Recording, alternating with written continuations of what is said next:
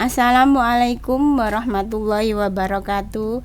Berjumpa lagi dalam acara podcast Bu Dosen, podcast buku ajar dosen yang kali ini bertema mengenai buku ajar analisa produktivitas, konsep dasar dan teknik pengukuran. Bersama saya sudah hadir yaitu Ibu Profesor Dr. Hana Catur Wahyuni STM IPM. Assalamualaikum Bu Hana. Waalaikumsalam warahmatullahi wabarakatuh. Bagaimana kabarnya hari ini? Alhamdulillah, Sidoarjo panas ya Mbak ya? Iya. Tapi insya Allah semua baik-baik saja. Ya amin. Ya, mengenai buku ajar ini bisa Ibu Hana ceritakan ini tuh membahas mengenai apa? Ya, buku ajar ini sebenarnya buku karya kedua saya ya. Dari 8 buku yang sudah saya terbitkan dalam 5 tahun terakhir ini. Nah, buku analisa produktivitas, teori dan konsep dasar ini sebenarnya ada 2 bagian utama.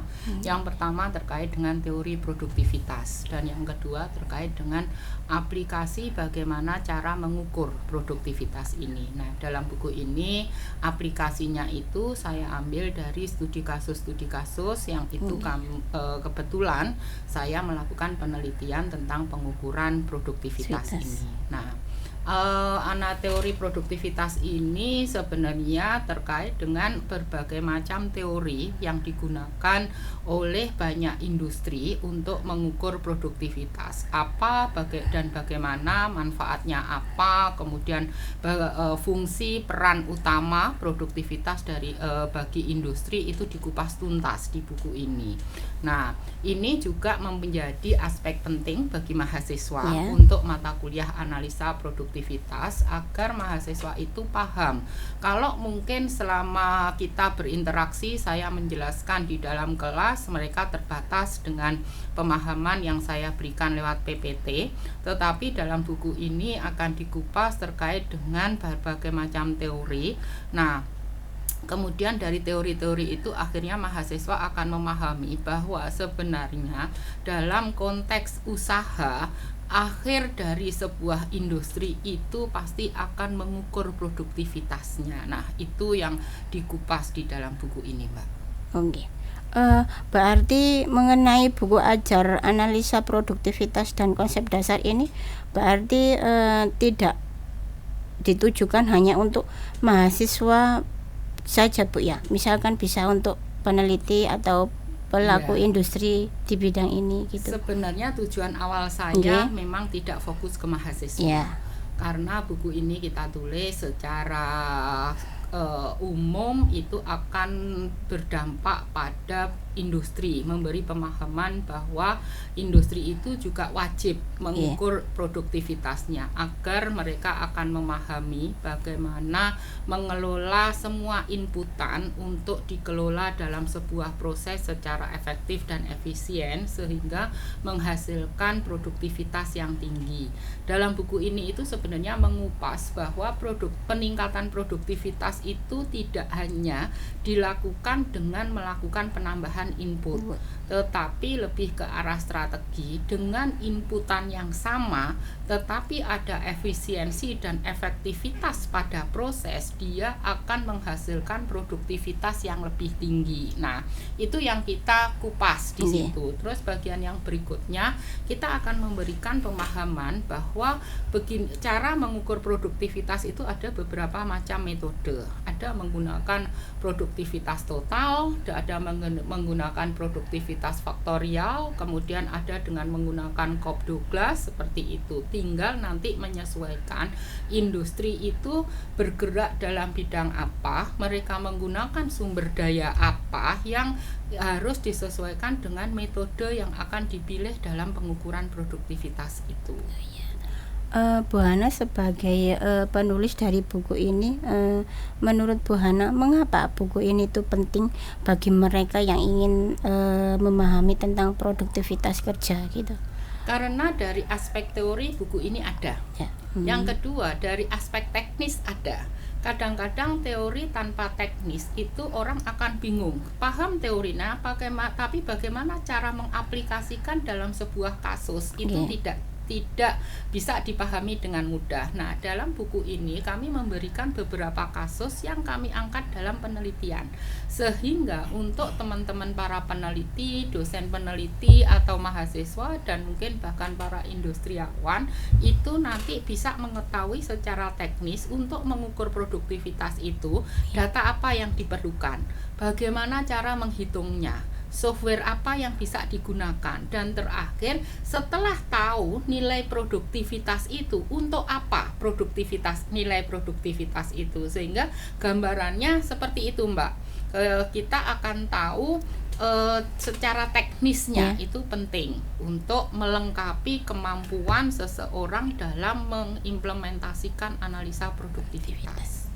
Oh iya, mengenai buku yang sejenis tentang tema ini kan di luaran sana kan banyak, Bu ya.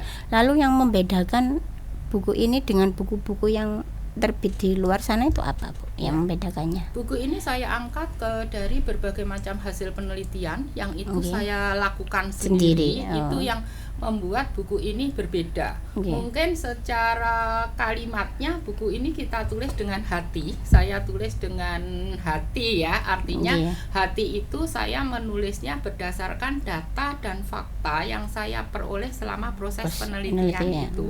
Nah, sehingga data-data yang tertuang itu adalah data-data hasil penelitian. Cara mengukurnya itu sudah kita buat sesederhana mungkin, yang itu bisa orang memandang mudah untuk membuat sebuah analisa produktivitas. Karena bagi saya sesuatu itu harus terkesan mudah agar orang itu bisa melakukannya. Kalau dibikin ruwet, belum sampai bikin nanti orangnya sudah lari duluan. Nah, dari buku ini kelebihannya adalah sebenarnya lebih ke arah itu, pengukuran secara tuntas aplikasinya berdasarkan sebuah kasus dari penelitian, dan buku ini fleksibilitinya tinggi, Mbak, mudah untuk dipahami. Itu yang mungkin menjadi kelebihan dari buku ini. Gitu. Lalu sebagai penulis untuk rencana kedepannya apa, Bu? Mungkinkah ada revisi untuk terbitan selanjutnya atau apa gitu? Ya. Buku ini memang sekarang ini, kemarin itu masih berfokus pada analisa produktivitas, tetapi kedepannya hari ini saya sedang mengembangkan pada apa peran analisa produktivitas dalam jaringan rantai pasok. Nah, karena kalau di buku itu kemarin kita hanya mengupas pada produktivitas dalam proses manufaktur. Kita belum bicara produktivitas dalam jaringan rantai pasok. Yang itu berkelanjutan dari ini, Bu ya. Nanti ke depan akan kami lakukan pengembangannya ke arah rantai pasok, bagaimana mengkonektingkan produktivitas antara supplier, prosesor, distributor, retail, sampai barang itu benar-benar ada di tangan konsumen. Itu yang akan kita connectingkan, Mbak. Sebagai bagian terakhir dari podcast ini, Bu, mungkin adakah pesan-pesan yang disampaikan oleh Bu Hana yang berhubungan tentang produktivitas ini di bidang ini untuk sobat perpustakaan yang mendengarkan podcast ini? Sobat perpustakaan semua, yang pertama yang mungkin saya ingin sampaikan adalah buku itu adalah jendela dunia. Begitu juga dengan buku analisa produktivitas ini. Dengan membaca dan memahami buku ini, siapapun itu, baik itu dari berbagai macam latar belakang, kita akan jadi tahu bahwa semua yang kita kelola, baik itu lembaga yang profit oriented maupun non profit oriented, itu butuh pengelolaan efektif dan efisiensi yang itu mengarah pada peningkatan produktivitas.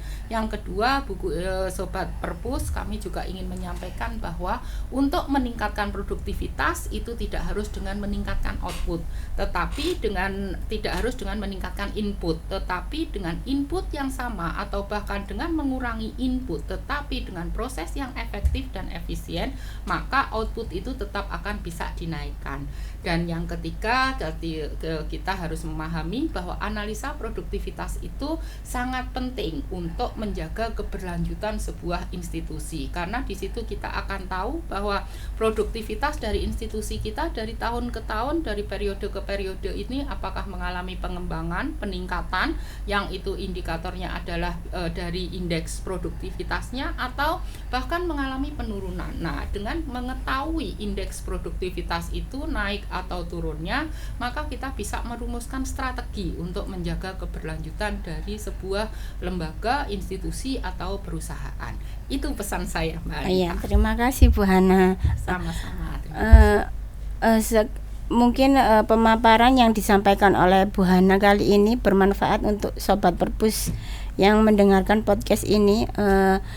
Sekian dan terima kasih, sampai berjumpa di podcast selanjutnya. Assalamualaikum warahmatullahi wabarakatuh.